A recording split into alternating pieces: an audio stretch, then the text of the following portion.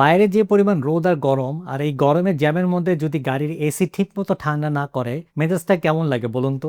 AC ঠান্ডা না হলে আমরা মেকানিকের কাছে দৌড়াই আর ভাবি এসির গ্যাস মনে হয় শেষ, কম্প্রেসার নষ্ট হয়ে গেছে। কিন্তু বিশ্বাস করেন অনেক সময় আসল কারণটা কিন্তু খুবই সামান্য। আমাদের ঢাকার রাস্তা যে পরিমাণ ধুলাবালি, তাতে গাড়ির এসির যে ফিল্টার থাকে, যেটাকে কেবিন ফিল্টার বলা হয়, সেটা খুব দ্রুত জ্যাম হয়ে যায়। ফিল্টারটা যদি ধুলায় ব্লক হয়ে থাকে তাহলে এসির বাতাস কেবিনের ভিতর ঠিকমতো আসতে পারে না। আপনি হয়তো ভাবছেন যে আপনার এসি নষ্ট, অথচ মাত্র 500 বা 1000 টাকা দিয়ে একটা নতুন এসি ফিল্টার লাগালে দেখবেন গাড়ি একদম বরফ হয়ে গেছে। আবার অনেক সময় চেঞ্জ না করে আপনি একটু এয়ার ফ্লো দিয়ে এসি ফিল্টারটা পুরোটা ক্লিন করে আরেকবার কিন্তু রিইউজও করতে পারেন। তারপরেও কিন্তু আগের থেকে আপনি ভালো পারফরমেন্স পাবেন, আপনার ভালো এসি ঠান্ডা হবে। আরেকটা ছোট্ট ট্রিক্স আপনাদেরকে শিখিয়ে দিই। আমরা অনেকেই রোদে গাড়ি পার্ক করে রাখি, এরপর গাড়িতে উঠেই সাথে সাথে এসি ফুল স্পিডে ছেড়ে দিই। এটা খুব বড় একটা ভুল। রোদে পার্ক করা গাড়ির ভিতরে বাতাসে আগুনের মতো গরম থাকে। আপনি যখন এসি ছাড়েন সেই এসিকে আগে ওই গরম বাতাস ঠান্ডা করতে হয়, যার কারণে অনেক সময় লাগে। তাই রোদে রাখা গাড়িতে উঠেই প্রথমে 4টা গ্লাস নামিয়ে দিন, তারপর নর্মাল ফ্যান ছেড়ে 1 মিনিট গাড়ি চালান।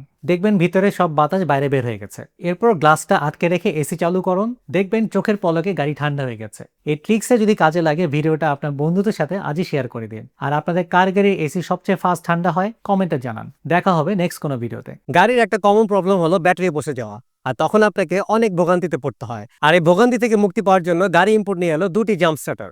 এটাতে আছে 8টা ফিচার, এটার দাম 14,800 টাকা। আর এটাতে আছে 4টা ফিচার, যার দাম 9,500 টাকা। দুটোতে পাচ্ছেন 1 বছরের রিপ্লেসমেন্ট ওয়ারেন্টি। তাই আপনার বাজেট অনুযায়ী আজই অর্ডার করুন। গাড়িimport.com.bd, সেরা দামে সেরা গাড়ি।